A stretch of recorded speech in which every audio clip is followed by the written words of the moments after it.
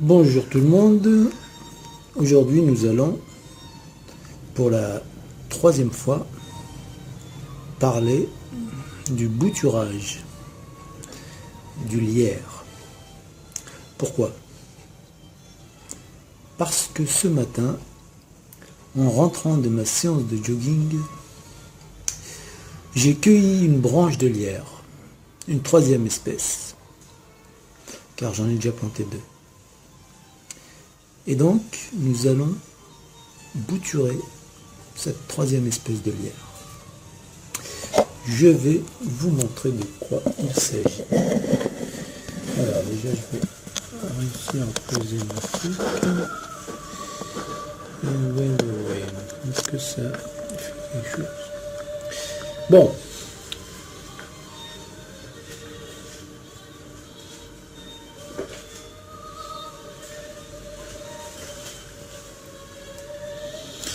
Voici donc la bête, enfin, c'est pas vraiment la bête, c'est la plante plutôt. Voici la plante en question. C'est une jolie plante, soit dit en passant. Donc c'est une branche que j'ai pris sur un grillage, en ville, n'est-ce pas? Voilà, donc le but, la mission, c'est de maintenir cette branche vivante et de lui donner donc une chance de continuer sa life. Alors, comme je l'ai fait dans les deux précédentes vidéos, où je vous ai démontré que en trempant simplement cette branche dans une bouteille d'eau pendant une dizaine de jours, les racines apparaissent. Donc je vous l'ai montré sur la dernière fois je vous l'ai montré, donc ça a marché. Qu'est devenue la bouture que je vous ai montré? Eh bien tout simplement je l'ai plantée, elle est dans son pot et elle est en train de faire sa vie, et au printemps prochain j'espère qu'elle me donnera de jolies fleurs. Maintenant, il s'agit de celle-ci. Donc, c'est une autre variété, de lierre. C'est assez joli. Et puis, là, on ne le voit pas sur cette bouture, mais cette bouture va donner des fleurs. Là, elles ont séché. Sur le grillage, j'ai vu que les fleurs avaient déjà séché. Donc, je ne sais pas du tout à quoi elles ressemblent. Mais j'ai hâte de le savoir si d'ici le printemps la bouture a réussi, et si elle donne des fleurs bien sûr. J'ai hâte de les voir. Donc qu'est-ce qu'on va faire maintenant? Voici ce qu'on va faire. Ici c'est la partie que nous allons immerger dans l'eau. Donc à partir d'un petit nœud. Le nœud est ici. Et ici il y avait des feuilles que j'ai enlevées. Donc là, je vais couper, ici, je vais couper ce qui dépasse, simplement avec un ciseau. Voilà.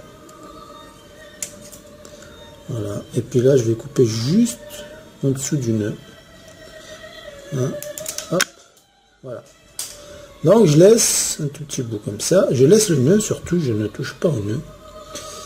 Et c'est ce nœud qui va aller plonger dans l'eau pendant une dizaine de jours. Dans une bouteille d'eau que j'ai déjà préparée, que voici ici même, ici bas. Là on la voit ici, je ne sais pas si vous le voyez bien, voilà.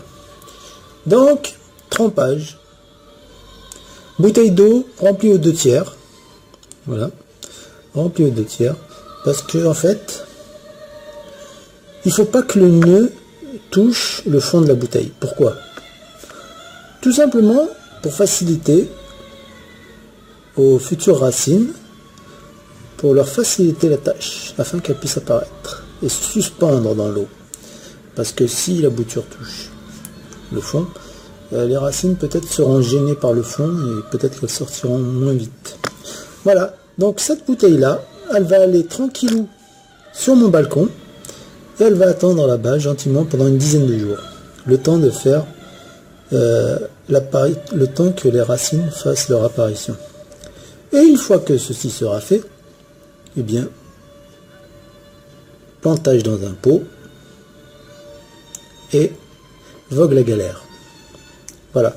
Donc moi je vous donne rendez-vous dans 10 jours pour vous montrer ou bien que les racines sont apparues, ou bien qu'elles ne sont pas apparues. Alors, on n'est pas à l'abri d'une surprise, hein. Tous les lierres ne se ressemblent pas, bien entendu. Donc, même si je l'ai réussi sur le lierre précédent, ainsi que sur un autre que j'ai planté il y a 3 ans de ça, comme je vous l'ai déjà raconté, mais ça ne veut pas dire que ce lierre-là va se prêter à l'expérience, on ne sait pas. Mais en tout cas, dans 10 jours, je vous en parlerai, si vous êtes encore là, bien sûr, ainsi que moi-même, si je suis encore là. Voilà, donc ça, c'est 3e expérience avec le lierre. Merci d'avoir suivi cette petite vidéo de 6 minutes. À bientôt.